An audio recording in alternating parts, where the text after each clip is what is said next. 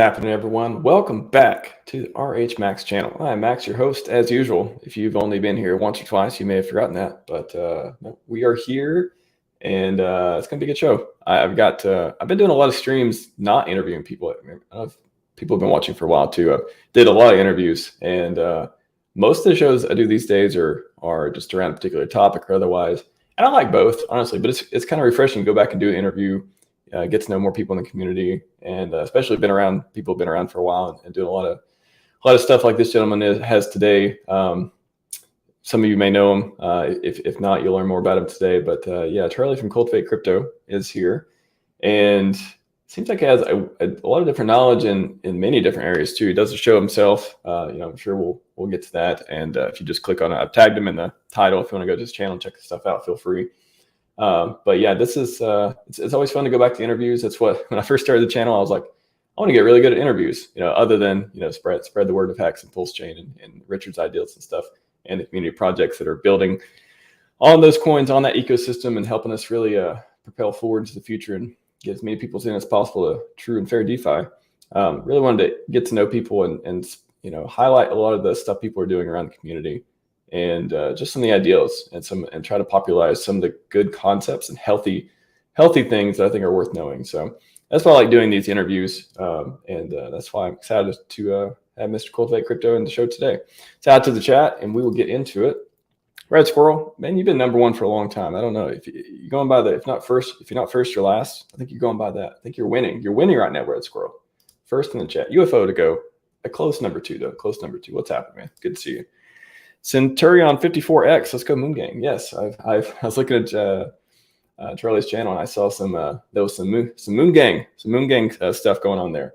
Like 130 or something. Like, whoa, that's a lot of shows. I did almost 30 PulseChain validator AMAs, and I thought that was like a cool series, but never quite did over 100 of anything yet, other than, I guess, shows and interviews I did over 100, but not a particular series. So pretty cool. Yeah, I did take the picture from the website. I think I was trying to find one. There wasn't a lot on Twitter, so or at least 3 minutes of looking. So found a picture, pointed the other direction, made it look, made it match the thumbnail. Umberto, what's happening, man? Welcome.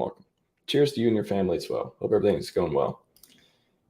Crypto Kong, what's up, man? Good to see you. Hope to see you back on the show again. Godfather J6 is here. Got to point you out. You're usually number one in the chat as well. 4 Beach. I do like 4 Beach. I do like beaches. Very good. Yeah. Smash like if you like. Smash all the buttons. Don't hurt your keyboard too much. So just keyboards are importante. Okay. Remember that. Without further ado, welcome to the show for the first time. Don't get to see that very often. Charlie from Cultivate Crypto. How's it going? It's going pretty good. How about yourself? Going good, man. Going good. Not a care in the world. Every product in the ecosystem is running perfectly. No drama on Twitter. The sun is shining. It's actually not shining today. It's been shining for a long time, but there's not a care in the world, man. Yeah, it's usually shining in that side of the country. I'll say that. Right. Yeah, man. How's your day going? It's middle of the week. You feeling good? You feeling bad about this week? How's stuff going? I'm feeling great. That Bitcoin pump yesterday put a little extra pep in my step, if you know. So, okay. Yeah, it was really nice to see. Like, it is interesting, right? Like, and we're still not out of the clear yet with Bitcoin. Basically, and I think a lot of the times, the traditional hexagons, I don't think it's like this as much anymore. Used to say like, why the hell do you care about Bitcoin? Hex is the only thing to look at, right? And I'm like, well, you do know that this entire market is correlated, and Bitcoin is pretty much the main thing that moves the market. It's like the sun in the solar system, right? And so, yeah. Whether you like it or not, and whether you think it's spaghetti code or not. So, the thing that I was kind of looking at just earlier this week was, the fact that Bitcoin had gone sideways for a whole week, really, mainly had been dumping, recently, was getting close to the possibility of a 60-day cycle low. So when you get towards the end of a cycle, you don't need too much pressure to move to the upside. And that's exactly what happened. So we're still not out of the clear though yet, because we have that monthly close. I have my Cultivate Crypto algo that I've made it's kind of made of a slew of a few different dynamics to it, the 60-day cycles included. And it gave a buy signal basically, but on the weekly and daily, but on the monthly, it's trying to flash a sell signal, which the last two sells we've had were the double top of the last bull market of 64 and 69K. So I personally, I've had enough time in 2022 and 2023 to pack my bag. So I'm like, I'm good. Like I can, take some move to the upside. That'll be nice. But, we're just flirting right around that level. And that level is 27,300 for the monthly close. So I do think if we close below there, which we still have a chance to do, then the second half of the year or the last third of the year or whatever, will, it'd just be like a ranging between like somewhere between 20 to 32K, something like that, or 22 to 32K, somewhere in that region, which, would be fine, but just kind of boring really. And, I want some action. So I was happy to see some action yesterday. So if we get that nice monthly close, then September should be interesting because we have all these ETF discussions going into September, October, and then all the way into the halving. Yeah, there's a lot coming up. I want to get in that too. I got definitely want to dig into macros, Bitcoin side to the ETFs. A lot going on. SEC keeps losing cases. Thankfully, we're getting some wins in crypto on that. I want to discuss that. And then before we get into it, though, in November we got the good one with Richard coming too. That'll be real fun. That's true. Yeah. We got our own stuff coming up too. And man, it's 2023. It's not just PulseChain. Everyone forgot PulseChain launch, by the way. That was like the most anticipated thing ever. And now we have even more events coming up. So it's a good time to be around. And there's ups and downs and all this stuff. But boy, let's call it interesting if nothing else. But before we get into all that stuff too, I want to get to know you a little bit more. We talked in the green room too. People don't know you. Can you kind of walk us through your background a little bit? Where'd you come from? How'd you get into crypto? How'd you find the RH ecosystem? All the good stuff. Yeah. Good questions. I'll try to keep it brief on most of those. So, who am I? My name's Charlie, right? Cultivate Crypto is the brand. Started basically the brand here in between January to March 2019. Before this, I was, I guess where to start. I was a corporate recruiter in Tokyo for about 5 years or so. Basically what that means is I helped international companies come to Japan, find local talent that they could communicate with, as well as Japanese companies going international, help them to find talent that understands their market, but also understands the international market. So the culture shift there was really interesting to kind of work with. And then prior to that, I was an English teacher. So that's kind of like an interesting mix of what I ended up doing with my crypto channels. I basically took, my teaching ability plus, basically, I don't know what you want to call it, like my business side of the equation. There you go. And then on top of it, my insane interest in just, I don't know what to call it.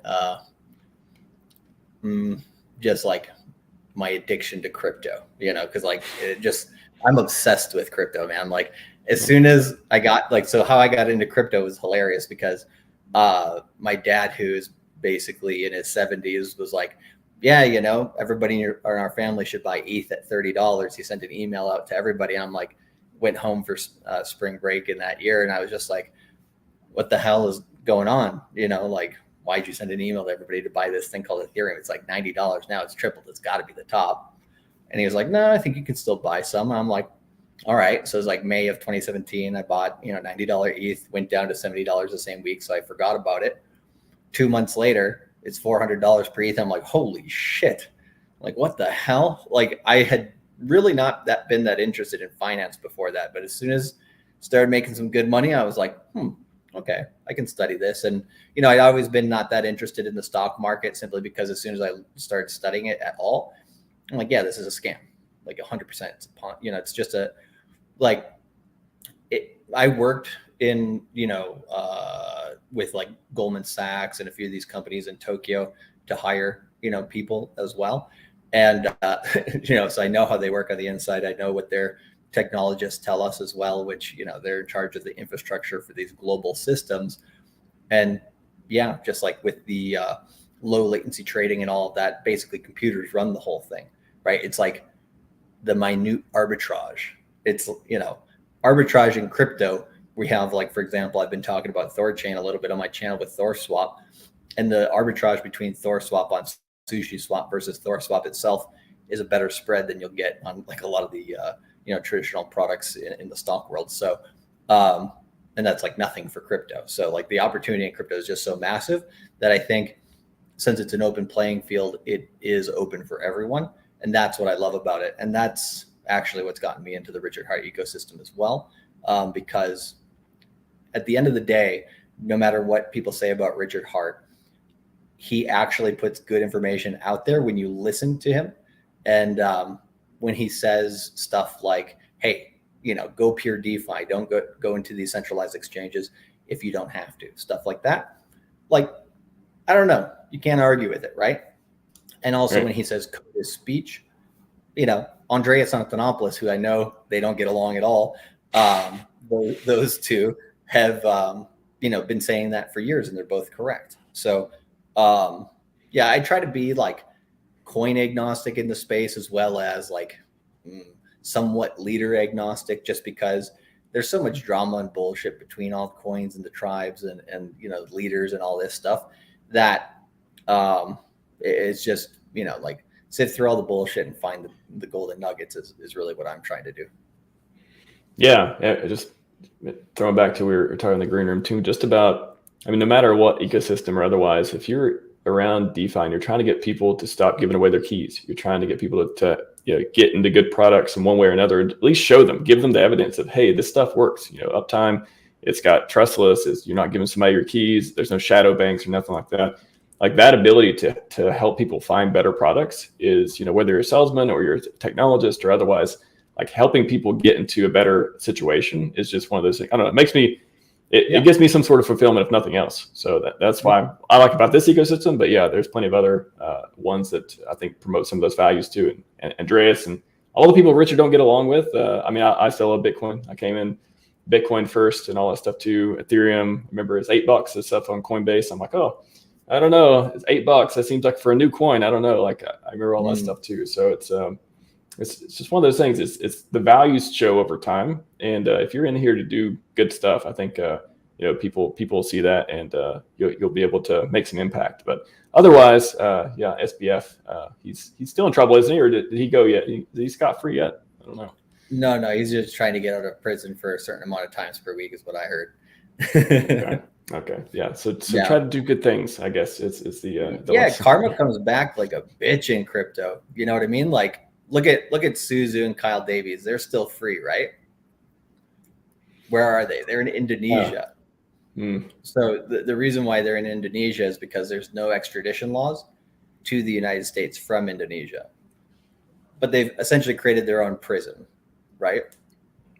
And so it's like, do stupid games, win stupid prizes. So it really doesn't pay. Like, one of the reasons why I started my channel was in 2017. I found that crypto Twitter was the main source of information. Crypto YouTube was just starting. We had like Ivan on Tech, Richard Hart, Crypto Crow, Nicholas Mertens from Data Dash, these types of people. They were the main crypto YouTubers. There wasn't much else, like Altcoin Daily. And so most of the information was on Twitter, and YouTube wasn't really viewed as like the main source of crypto information. And everybody was just trying to counter trade each other. They're basically doing what, as DCC would say, some of those island boys have been doing, or, some of these people in the Richard Hart ecosystem who, I've had my, what do you call it? My journey through HEX, right? Starting by calling it a scam on YouTube, and then, being a pariah of the community, then ending up introducing, thousands of people to the community, which is, I think, I've added more to the community than I think a lot of these, other, people who are in the community say they have, right? But they haven't done too much, and then they go out and they end up trying to rug the system or part of the system for their own gain. And so, everybody kind of comes from like a different angle in crypto, and nobody plays it perfectly. Like, you learn things as you go along, but I do feel like everybody in 2017 was just trying to take each other's money, and it's like, why don't you just like give good information, right? And like once people make money with good information, then they'll be more likely to watch your stuff, or they'll be more likely to be interested in what you have to say about stuff. And it's like, I think there's like been this scarcity mindset through time in a lot of people in society. But when you come into crypto, like, how can it not be an abundance mindset? Because like, there's just so much opportunity. You don't have to do those things, but yet people still do. And it's just because it's easy. And what I found, actually, this is kind of interesting. One thing that I found unique that I haven't heard other people say in crypto before is most people, right? I've seen a lot of people like yourself, come up and do well on YouTube and different things. What tends to happen is most people fall off within one cycle, within 4 to 5 years. And the reason why that is because they don't care, right? Like, I know you care. So like, I know you'll be around here for multiple cycles. You'll be doing your thing. It'll be great to see. But there's some people that all they're here for is to take from others, not really give much of use to the community, and then dip, right? Like, they want that passive income. They want the easy money. And like, I think it's wild to see like the most, like the best opportunity in our lifetimes, and also maybe in the course of human history, at least one of the top ones, to make money.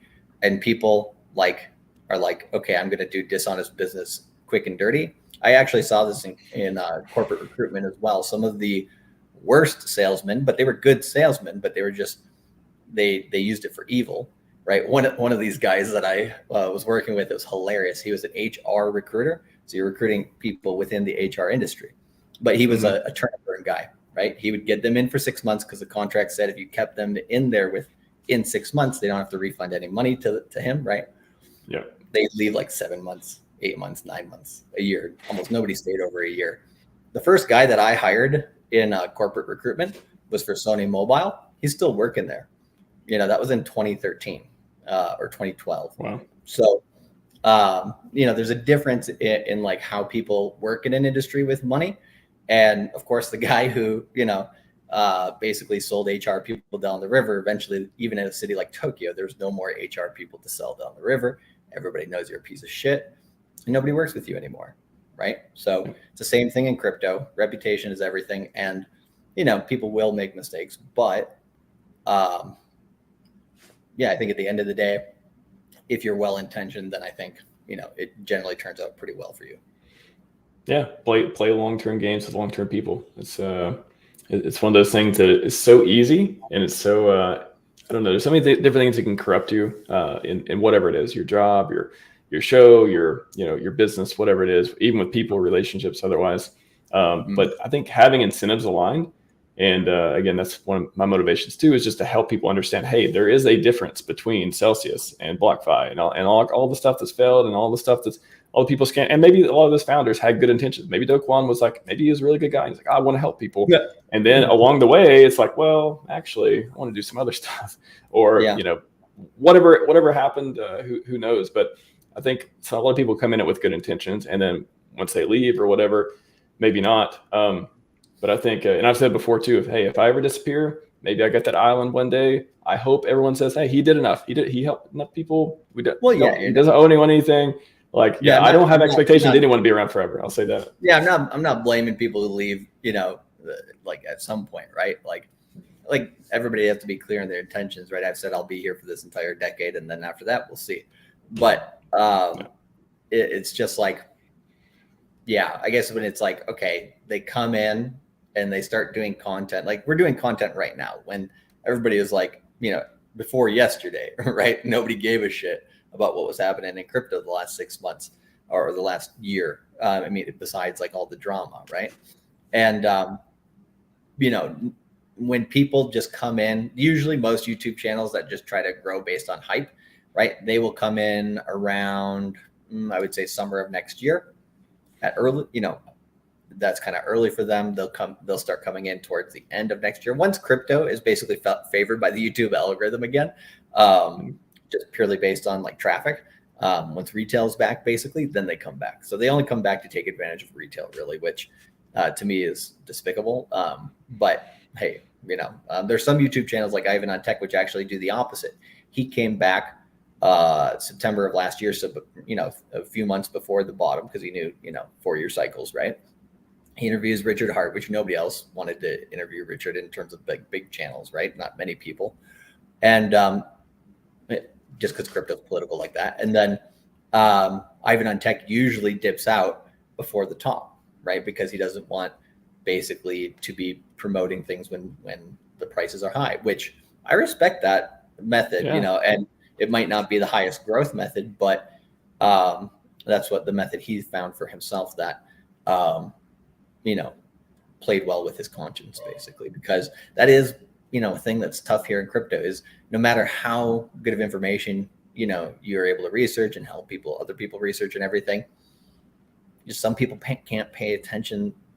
Just, you know, some people just buy a SHIB and hope it goes to the moon. And then when they lose money, they look at the first person to blame because they didn't do any research. They didn't take their own time to do anything. They didn't, you know, do what was necessary. And so, you know, finance is a brutal game. Like money is a brutal game. It's like going to the gladiator arena, and you know, if you're not ready to strap up, then, you know, you might get hit in the face.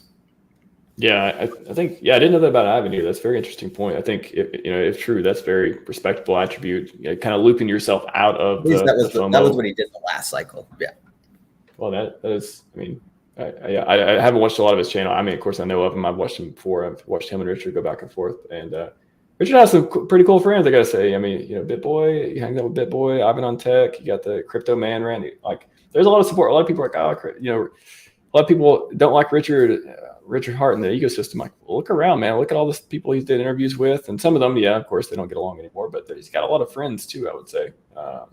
So. Oh yeah. Anyways, especially I think in the background, like if you, I mean, you've met some of these people in person. We met at Bitcoin Miami for a little bit, and when you basically see that, oh shit, there's actually like back in the day when I, you know, was in 2017 when I met Vitalik. Like I met Vitalik, Roger Ver, and CZ, and I thought, you know, oh, there's not going to be too much of a connection between the three, but they were like buds, you know.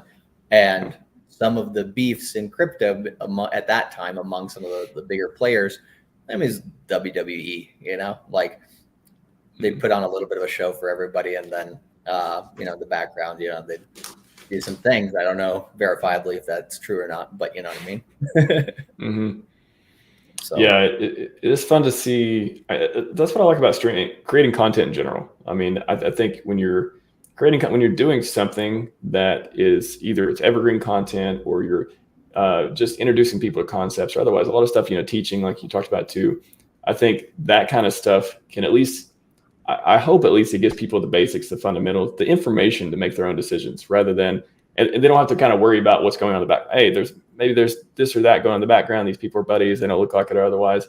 It kind of removes a lot of that anxiety, a lot of that worry, a lot of that, oh, I need the inside information. If you're consuming good content, you know, define good, all that stuff, what's good at this time versus good at that time. I know it's a hard thing to do, but I think that's one of the most meaningful things people can do, especially in a market that's not going straight up and to the right now. I think if you're not streaming right now, I get it, but I wouldn't say it's because it's boring. I wouldn't say because there's nothing to talk about. I just think it's maybe a little harder to talk about the biddling, talk about the things going on, the infrastructure, the pipes being laid, the court cases or whatever it is, but it's still, I think, impactful and meaningful to people who are getting prepared for perhaps something that we have no expectation. The bull run will ever come back, but boy, it looks like it has in the past, and it does it from time to time.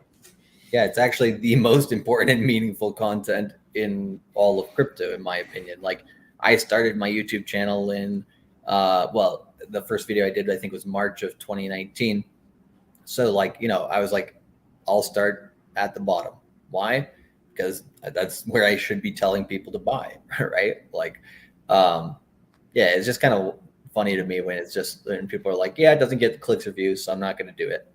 Like, it's actually like the people who will listen, right, will do extremely well. And I always find like the Moon Gang and different communities like yours that I'm meeting new and stuff like this, seeing the mentality of them when they are like the discount buyers, the bottom buyers, the buyers when everything's supposed to be dead, like the whole market just goes extremely well for those people, and they have a good time. But the beginning of their journey is the hardest, right? Whereas if your beginning of your journey is easy, the market's doing great, probably should be worried about that, right? Like you should probably be like, oh, it's not going to stay sunshine and roses forever, right? But that's a great point.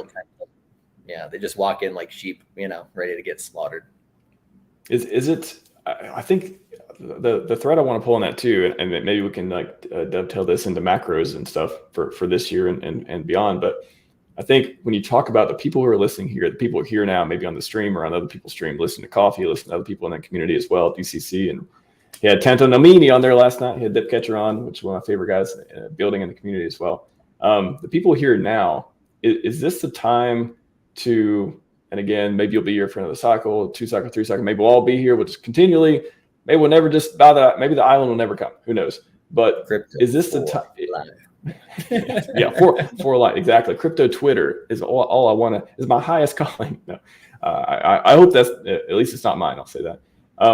But I think that, is this the time to, you said, maybe a little bit worried if you're, I don't know. I always imagine people who are having a good time in crypto, it's like they've already bought half the top, or it's like by the time they're having a good time and all their friends are buying and it's on TV and Elon's out there shilling and stuff, then that's the time where, I wouldn't be as, saying, hey, this is where all the gains are. But right now, the people who are listening now, are we going sideways, treading water? Like, is this the time to build, lay infrastructure? Like what right now do you think are the biggest opportunities to get right in 2023 versus if bull run comes 2024, 2025, whenever it comes? I have no idea. I don't think anyone actually knows, but what are the opportunities for now if you're here? Yeah, I was just going to say Bitcoin knows when it's coming. It's coming after the halving. I mean, Bitcoin. There is some that's what I love about Bitcoiners, right? They're like, it's baked in, like we got this, and it's going that way. I'm like, I like the narrative, but yeah, in terms of where I think we're going, right? And Artsov Angelo's been with us the whole ride. I love it. And, he's gone through some trials and tribulations himself. So it's good to see, people in the community, some people, go through these things publicly, some people don't. And even the public people go through things privately. But I think right now, what most people need to be concerned with is I try to stress on my channel, how much low risk there is in the market at the moment. What are the scenarios? I want to kind of ask you what you think. What do you think are the scenarios where Bitcoin could go under the low of 15,500 that it formed in November of last year? Do you see any scenarios? And if so, how much force would be required to put Bitcoin down below that price, in your opinion? Yeah, it's a big question. I mean, my personal thinking on it is I can't see, I don't know. I'm trying to imagine a world where we see Bitcoin at 9K, 12K, 14K even. What would have to happen for that to occur? I would, only thing I can think of is just some sort of collapse macro wise. Right. BRICS is a success in a super accelerated time frame or something. There's another war or somehow the US is involved in it otherwise. The SEC wins a bunch of cases. I don't know how it goes down that far. Society. Yeah, not financial advice. Anyone out there listening, of course, my channel. But I just me pure speculating on top of my head.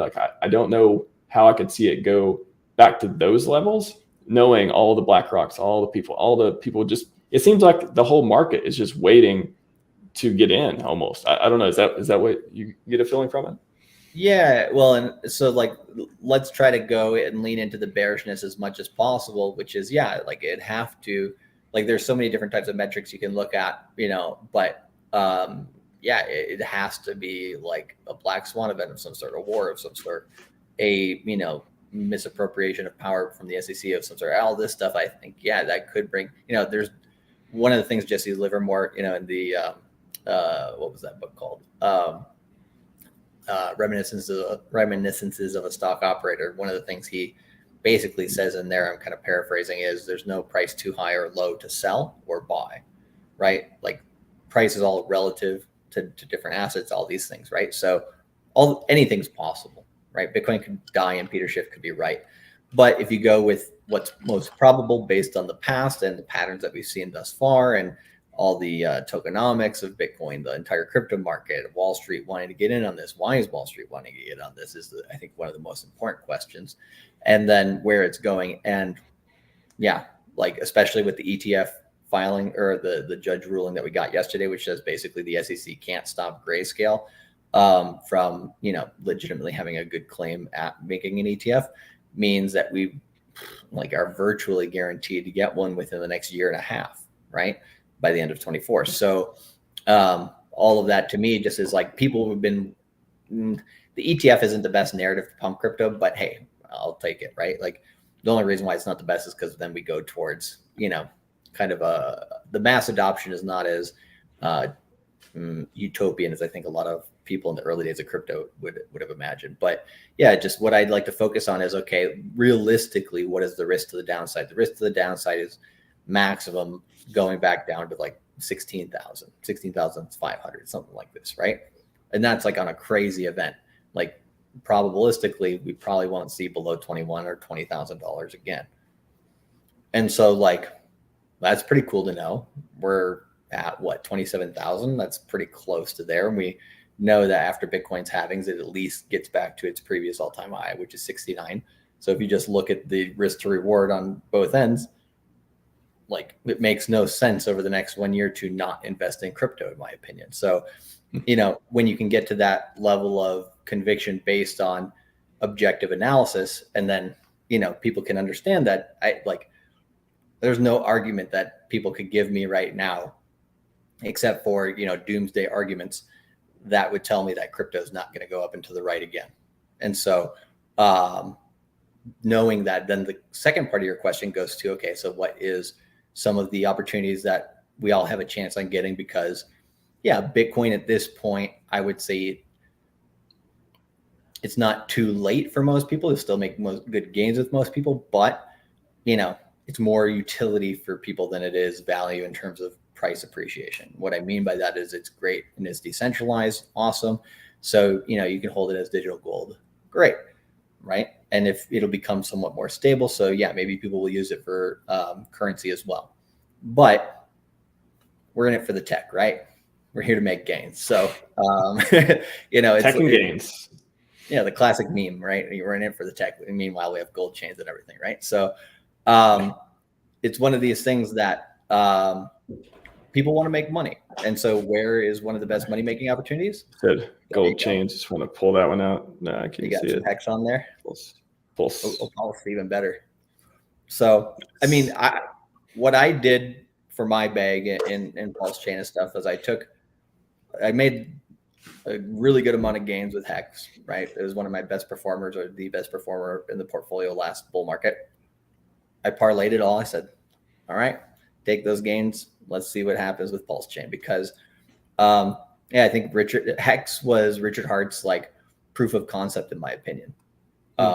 Now taking it to the next level, which is, okay, let's expand it into an ecosystem and then make it more decentralized. And in order to make it a decent amount decentralized, but also to protect himself against the men with guns, right? You have to start kind of fading a little bit in terms of give more responsibility to the community to become decentralized, say a little bit less, try to steer a little bit less on the ship, which, if it's your baby, that's kind of hard to do. So, but he is doing it. So it's, I think, going in the right direction. And all the people who say, PulseChain's not decentralized, it's bullshit, all this stuff, they don't take an honest look of their own stuff either. I mean, when you look at Ethereum, I bet you by the end of this decade, that's going to be Goldman Sachs' most favorite asset in the world, because with Ethereum, there's people in the front of it that they can manipulate. And it's the key to try to run the crypto market, because it is more, has more utility and growth potential than Bitcoin from the current point. So if they're having a lot harder of a time bastardizing Bitcoin, the only thing BlackRock can really do is buy shares within mining companies to try to have some effect on Bitcoin outside of, like an ETF and stuff like this. So, whereas like the Richard Hart ecosystem, it'll be interesting to see in about 5 years or 6 years where how much liquidity is in PulseChain and in the Richard Heart ecosystem tokens.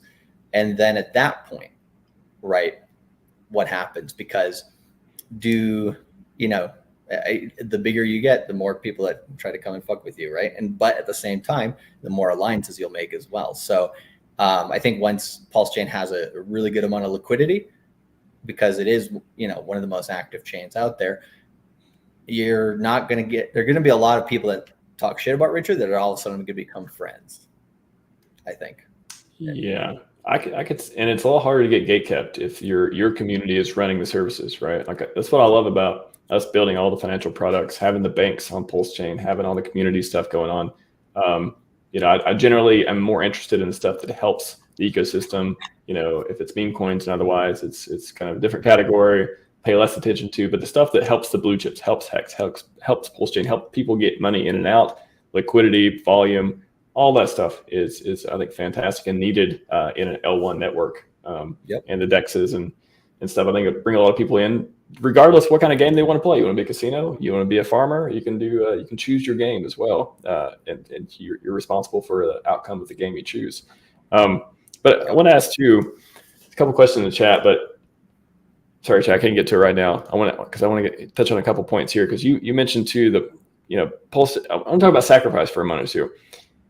If you're a sacrificer, is this the elephant in the room? I don't know if it is or not, but like every time, I feel like lately I've been having the stream where I'm like, I always get these comments of, yeah, but everyone's super down right now, and I'm just like, okay, I'm trying to think of a good way to address this, and I just, and maybe you have some thoughts on it too, but I do. I don't know. I can just say so many times that, hey, zoom out, we're in the bad macros, stuff takes time, whatever, like delayed gratification. If you believe in the ecosystem, why does it matter right now? You're trying to why are you looking at the price if you're not trying to sell right now? Why would you try to sell if the price is all down? All that stuff. I can say all that in a bunch of different clever ways. However, at the end of the day, people are sitting there, their bags down, maybe 90% right now. A lot of people, depending on how they sacked, how much they sacked, they may have oversacked. PulseChain launch didn't solve all their problems. How do you, I don't know if you're in the same position or not. I imagine no people who are, who are down on the sacrifice bags. I don't want to speculate on your bags. I haven't even bothered.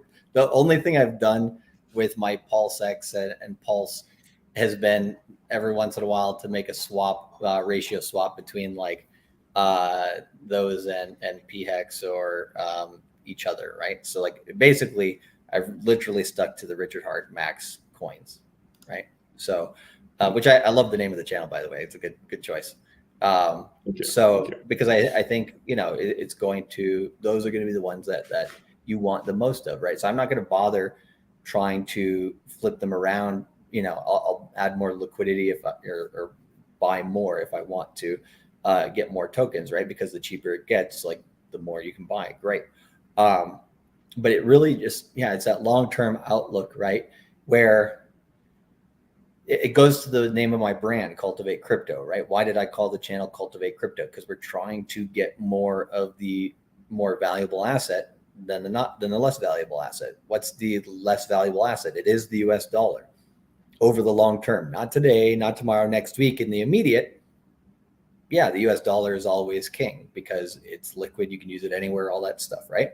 Over the long term, it's gone to shit. All fiat currency does. Even Dogecoin, right, is better than the US dollar. And over the long term, it's almost at parity of a dollar, and people thought that was insane to happen, but it's happening, right? So the valuable asset here, in my opinion, is PulseChain, because that's what creates the entire layer one, right? And that's what everything is built upon. The number two is PHEX, because it's HEX is Richard Heart's baby, and that's the PulseChain side, right? I would give EHEX an equal treatment to that. They're linked no matter what. Like no matter how much people try to pull one side down, it's just going to pull down the other side. Like it's they're going to be stay correlated.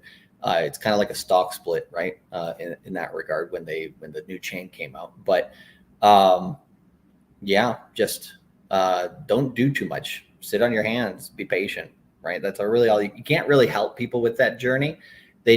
You have to be able to tell them, consistently. Like I think the more frequently people are reminded of those things, they're like, oh yeah, I'm in this with each other, with you guys, with the community. That's why community is so important, is because, people do talk about it like a cult, but it's more of a self-help group, in my opinion, where people are, and not in a bad way, like in a very good way, like where people, because we can't, like I talk to people on the street about crypto, people look at me like I'm batshit crazy. I talk about it on YouTube and people look at me like I'm a genius, and it's like maybe I'm both, but I have no. That's a great perspective. I like to see both that real life and then on YouTube, and everyone's like, oh, we want, we look to you for answers versus what are you talking about? That stuff died a long time ago. I love it. Well, yeah, but I would say most people in the real world are normies and idiots. But I mean, I say that tongue in cheek. I don't truly mean that. But there's a lot of people out there who just don't want to understand crypto, in my opinion. Uninformed. So it's like, yeah, and when you do inform people, like there's been a lot of people as well that in everyday life, they say like, oh shit, like I actually see somebody who's successful in crypto. I actually, you actually said it in a way that is understandable. Okay, I'll kind of give it the time of day now. So there are those people as well. I'm just being a little, I guess, hyperbolic on that, just because it is kind of like how most people are. But yeah, I think it's the power of the community is really the most important. Where as long as everybody has the same mindset, is like, okay, like I think the other thing is people have never seen it before, right? This might be everybody's first time, and they're like, I just really like this group, so I chose to jump in this ecosystem. But I could have ended up in another crypto project too, and so they might question that sometimes. Okay, I haven't gone and seen if the grass is greener on the other side and stuff like that. But if they've truly done the research, right, they've broken it down, they've logically thought about it. For me, the thing that I like most about PulseChain is the fair launch, the sacrifice phase. So it was the first time that I've seen a coin launch fairly without giving its friends and families first dibs on coins, right? So you always have pre-seed, seed rounds, ICO rounds, different things like that, where the whales get formed and you never have a chance to be one. Not PulseChain. As long as you had the money, there you could see it on the blockchain. You can see the rankings of everybody, and you can become a top wallet. So that's, I think, in the spirit of crypto, and Richard Hart knows how to pump coins like very well in terms of tokenomics, right? Making a coin that is well designed in order to become scarce over time, like PulseX and stuff like this. So if you do all the research and you look at all those things, like I don't see why this wouldn't be probably it's pretty much, I would say right now, I would say it's the top opportunity outside of Ethereum that I've ever seen in crypto. And I've been here since, May of 2017. Yeah, I think a lot of people are teetering on this aspect. They're looking at the community. I think, yeah, totally on the community. If it wasn't as strong or as big and as powerful and as awesome and as loud as it is on Twitter and otherwise, our content creators, everything else, I think a lot of people would have already left or given up or sold the bottom already.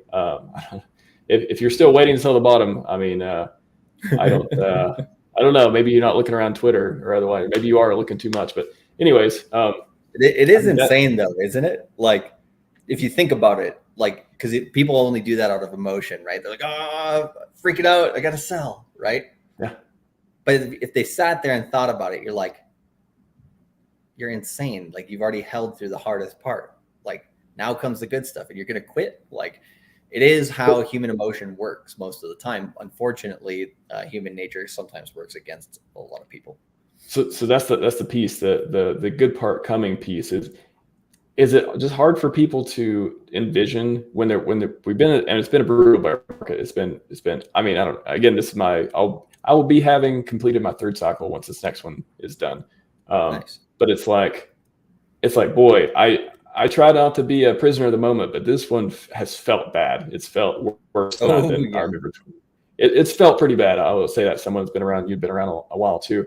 So if they're teetering on like, hey, should I just get rid of this and go on and just go back to my job and just do whatever? Or should I hold off and just put it away, lock it away, don't look at it, don't touch it? However, I still want to stay involved in the community and dare them even think about buying more at these low prices. How do you get, is that the heel? If you were to, if you believe the price will go up in the future, if you believe things will turn around and, all this stuff is not going to zero, getting over that hump of I'm down, 80, 90% or whatever, but these prices look pretty good. How do you get over the hump of actually saying, okay, now, sacrificed, we didn't get the 1000x, whatever it was, but at least I get an opportunity to buy at these lower points. How do you make that transition? Like, how do you find it? How do you see people struggling with that? Yeah, the only way to get knowledge you don't have that you'll never, like, you're coming down to experience. The only reason why you don't know is because you don't have the experience, right? Not talking about you, but the people you're mentioning here, right? So how do you gain experience? You have to look to somebody who has that experience or stories from those experiences, right? Which is history. So, okay, you got to look at history. Well, crypto history, luckily, is only, since Bitcoin, right? Since 2009. So, okay, that's not, it's a lot of data to look at, but it's still not that bad. Like, it's early days. So you can jump in. Like, a lot of people are like, oh, it's too late. Hell no. Like, it's still early, right? So you can jump in. But just go and research things. One of the things that I like to do to remind myself sometimes is go back and watch, like, there's this documentary. It was called The Rise and Rise of Bitcoin. If you go and watch that documentary, you see Brian Armstrong, the head of Coinbase. He's at a conference. He just looks like every other nerd there. Nothing special, right? Now he looks like Dr. Evil, but like, it's just kind of funny. But, you go back and watch that documentary. It's crazy how everybody in that time who were Bitcoiners had the same mindset of what we have now. And they turned out pretty good, right? Brian Armstrong now is basically JP Morgan of the digital age. And you have, other people in there like Charlie Shrem, like even though he went to jail, he's still, multimillionaire, like he's doing just fine. Eric Voorhees, right, still active in crypto. He's in that documentary. He's, Gavin Andreessen in that documentary, right? He was going to talk to the CIA and FBI on behalf of Satoshi, Satoshi just left at the time. So it's interesting because the way you have to understand like cycles, microcosms, macrocosms, all that stuff, because everything that is happening in crypto is just a ripple effect from Bitcoin. Ethereum grew in the same manner as Bitcoin did as well. And this is why when Richard Hart says like, hey, look at HEX, it did the same thing as Bitcoin and Ethereum. That's actually a good example, because like most crypto any crypto that's going to succeed over its growth cycle is going to pretty much come about the same way as Bitcoin, Ethereum. There's going to be different rhymes in there, but it's going to sound relatively similar. So if you go back and look at the people in that history, the coins in that history, the technology, actually understand why this asset class is useful in the world. Like, one thing I challenge people to do, like as kind of like a critical thinking test, is go and research NFTs a ton right now, because most people will tell you they're just JPEGs and they're worthless pieces of shit.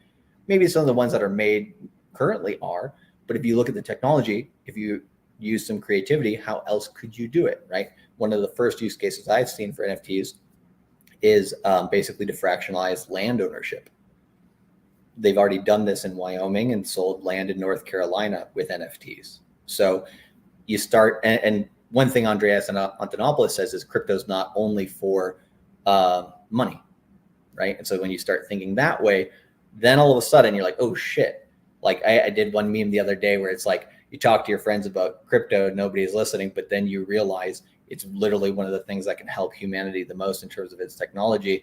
And then you're just like, shit, I need to buy more, And so like when you really delve that deep into it, I just think it's like knowledge. You just stack knowledge. And the more you stack knowledge, the more conviction you can have in the space and what you're investing in. And the more conviction, understanding of what you have invested in, the better you're going to do. Like, pretty simple equation. Yeah, just on the technology point too. Yeah, it's as someone, again, I have a security background, worked in tech for a long time, and crypto is how the trustless modern world, trustless or trusted modern world is built. It's identity. It's not just that's what Bitcoin is, the crypto money deal. That's what came out. Oh, this new paradigm, decentralization. We don't have to trust people. We can set up our own miners, and they can all do all that stuff with crypto and proofs. But you have identity, you have money. You have security. You can encrypt stuff. It's like crypto is the foundation of like the modern world, whether it's trustless or not. So if you look around, you're like, a lot of stuff, all the computers you're using, A lot of the things are keeping your data safe, and otherwise are using crypto. Money is just another form of expressing, the things we need to do in the modern world. So it's not. I think it has staying power. Cryptography, cryptocurrency, staying power. I do believe. Yeah, and I like that quote from Bobby Hexelrod there. Oh yeah. That's I try to ignore. I've muted so many people on crypto Twitter. I know all the talking points. I know why, Hex bad, all this stuff. I get it. And I'd like to take this from Crypto Sloth too, of just like, hey, I get it. I just don't want that to be in my life right now. I prefer positivity. I prefer all this stuff. I can only meditate so much per day. It's like, I know the points. I know it. I know my convictions. I know where they are, and I'm going to stick to that. However, I do like objective discussion. I do like hearing. I follow people who don't say very nice things just because I think they have something interesting to say about it that can inform me better and give me a better perspective on it too.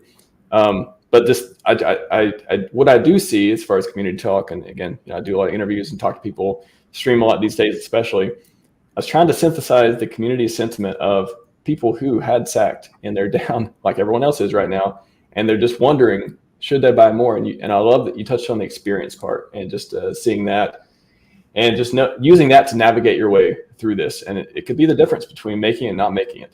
For better, for worse, whatever decision you make, at least the decision is yours.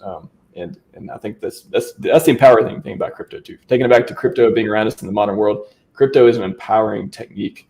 It's a tool, and boy, I hope we all are buying our own islands one day. I'll say that. I hope we all succeed. Don't know if we're going to, but I certainly hope so. And like that is what also makes me bullish on PulseChain for anybody who's buying now or anybody who's new now. Like they get a better chance than everybody who's sacked at the fair rate, right? Everybody's sacked at the same time. Like everybody who's sacked can't really be crying all that much because they probably would have done some shit with their money at that time where they could have lost in the bear market. So by sacking, you basically had a forced hodl. So I don't really think there's much room for crying in crypto, just like, the quote from Tom Hanks, and there's no crying in baseball, same thing, but like the what else would you have done with it argument. I think there's something to that too.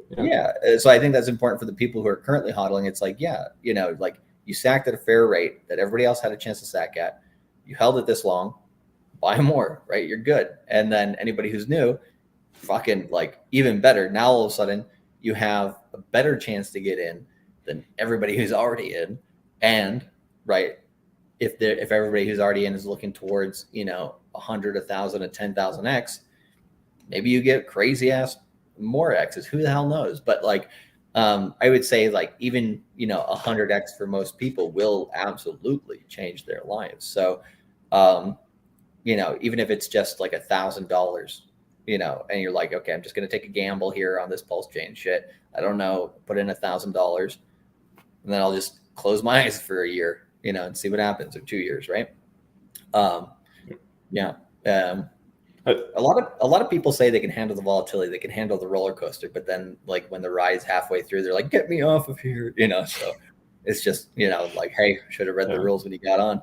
They hit the stop button, but you're hanging upside down. Don't stop at that point. Don't get yourself into a mess.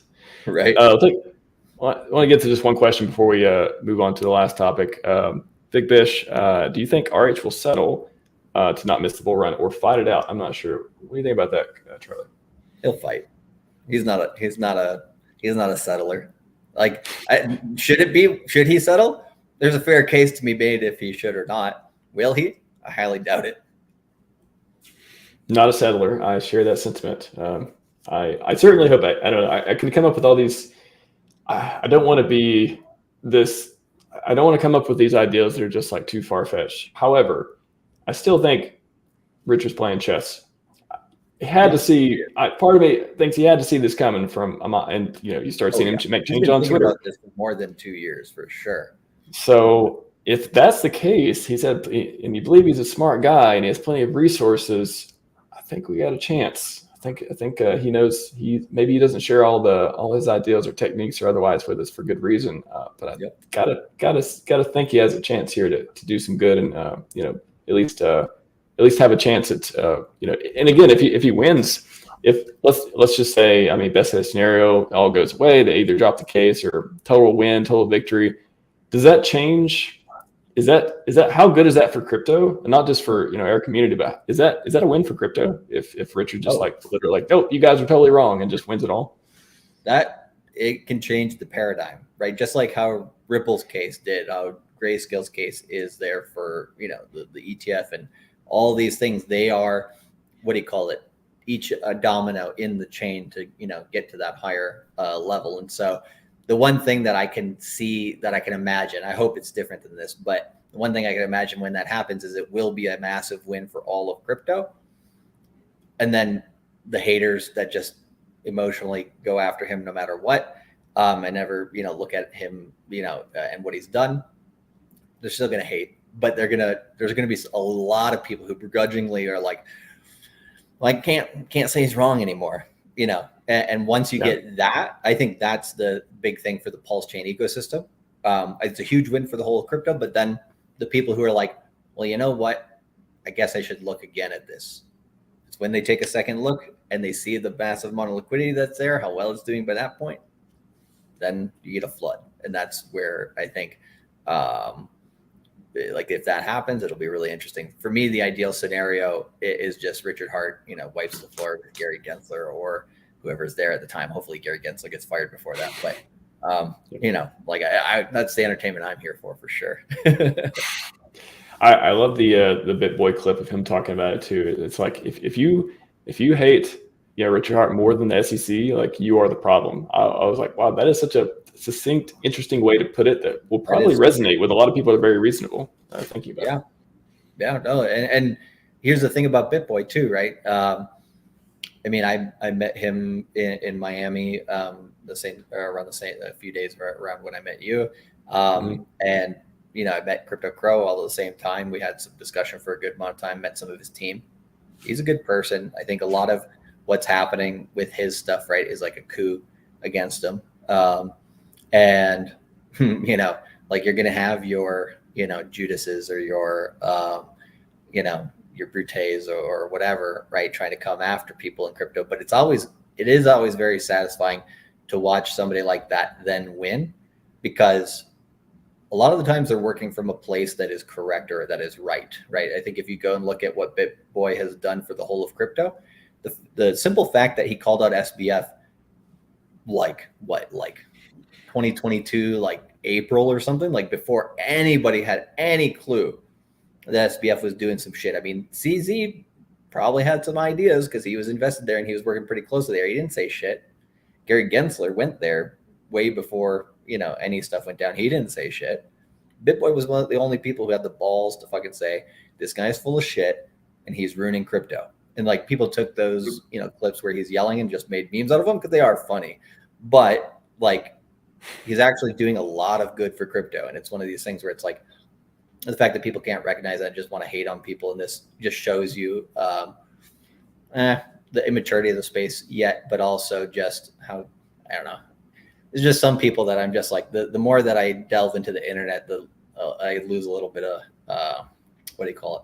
Faith in humanity from time to time. I get a little jaded just because I'm like, is this what the masses really are doing? They're just like bickering and fighting all day about like, Jake Paul and or Logan Paul and his girlfriend and shit. I'm like, this is pathetic. Like when they're near a keyboard, at least when they're by themselves near a keyboard, a lot of unfortunate ideas come out.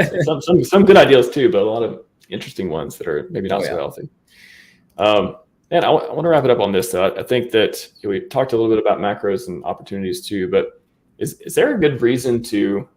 I don't know. I've been telling people too. I've made more HEX stakes and done more laddering recently than I have probably ever. Honestly, just speaking to, is there a reason not to? I don't know. How do you think about the opportunities within HEX specifically, either on PulseChain or Ethereum? And then, is there a good reason not to make stakes right now? Like cheap T shares, all the stuff. Faith. If you have faith in the code, in the ecosystem, in the contract, in the community, how do you think about that when you talk to people? Anytime, like, yeah, sure, it's fine. Do it. Just understand, risk management while you do it, right? So it's like, okay, what are some do's and don'ts? Maybe that's a good way to do it. It's a better question, I think, is like, some dues are like, yeah, definitely stake. Do you need to stake it for the full 15 years, or whatever? No, like. So have a time horizon that you're comfortable with, at least. Exactly. And it's like, yeah, just as long as you're comfortable with the time horizon, it makes sense. It's not random. You have some thinking behind it, right? Like tend to think about it with Bitcoin's 4-year cycles. At the same time, you can't predict everything. So at some point, you just got to let the chips fall where they may. But then I would say, yeah, so like a proper time horizon, a proper amount of liquidity, right? So basically get enough tokens that it's going to make it worth your while to stake, right? I would say those two things would probably be my biggest. Yeah, it's one of those, especially when all the stuff I have, the Godwell sacrifice with the HEX portion, as far as risk goes, I don't know. Even the SEC thing kind of made me think of, do you think people are kind of factoring in this? Again, I'm not saying it's going to happen or anything like that. I just wonder if people are thinking of PulseChain being even more risky. Let's say things don't go so well or whatever. Right. Maybe I pay a fine, maybe whatever happens. Is HEX are people perhaps looking at it as the original, the king, the thing that can't go away because it's not on PulseChain, it's not on anything that happened recently? Or do you see people factoring in the risk differently with PX versus HEX? I see people trying to do that, but I don't think that makes sense to me because they're like PX and EX are going to be correlated.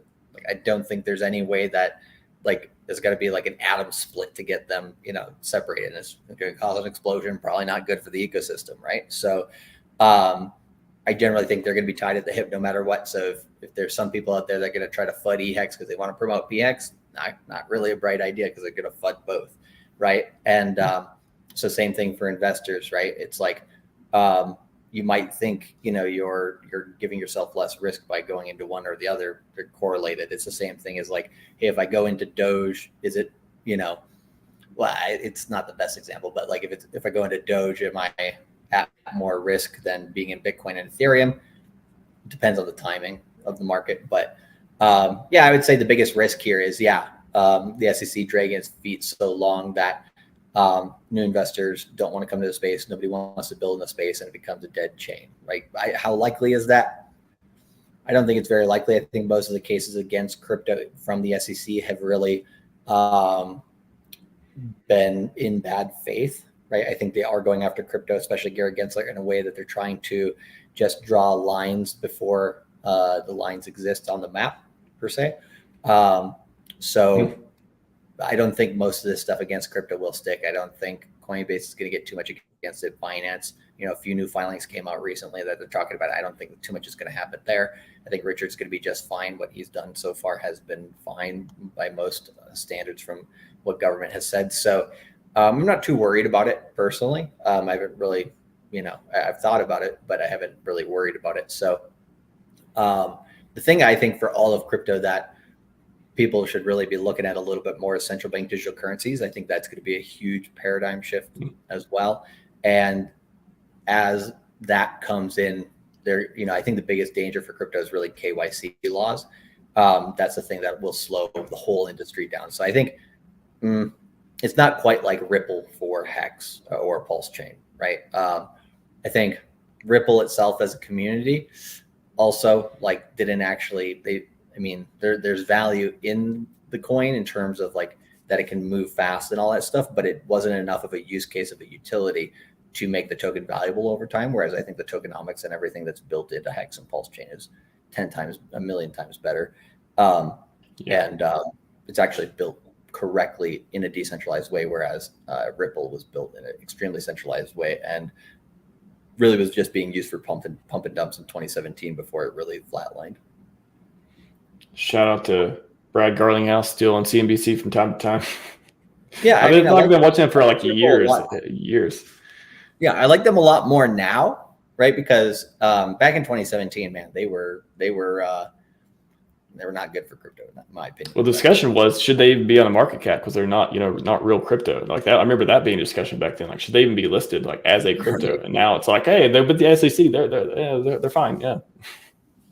Yeah. So yeah, that's another big can of worms right there. Well, before we get into that, I just want to hit on this question too from Bobby Hexelrod. Ethereum in-state fees in general. That's something that maybe that's factoring into the discount and premium in the two hexes too. What if that goes away? We have cheaper fees. I don't want to say cheaper, faster network Ethereum, but we have cheaper fees on Ethereum, and a lot of that stuff becomes cheaper in the future. And let's say they're both still around, people, community's doing great, all that stuff. Do you think is that part of closing the gap, or is there just always going to be this, hey, this new network PulseChain is always going to have that premium no matter what Ethereum does? So let me read this question one more time as well. So I did an stake 2 years ago. EX stake was down, only worth 800. It cost me 215 to stake on Ethereum. Oh, so like, are you basically saying like it's going to be better on PulseChain? So therefore, like, can you just rephrase your question a little bit more? Yeah, well, just in general, this is just an example of like people, saying, okay, I should make new stakes on PulseChain because I know that it's more likely to be cheaper in the future. But what if Ethereum, it becomes, we have more EIPs and maybe PulseChain adopts them too, and we're like, at a certain point, it doesn't matter if it costs fractions of a penny to end the stake versus pennies to end the stake. That's probably not going to make a big difference. Right. But if it's hundreds of dollars versus $1 or $2, that can make a difference. Right. Yeah. So that hundreds of dollars versus $1 or $2 was the case, like if you were to look at what PulseChain would have been capable of in 2021 versus what we did experience with HEX on Ethereum, right? Obviously fees were ridiculous. Yeah. Ethereum does have plans, to try to scale with fees and everything like that on its layer 1, just as much with its layer 2s.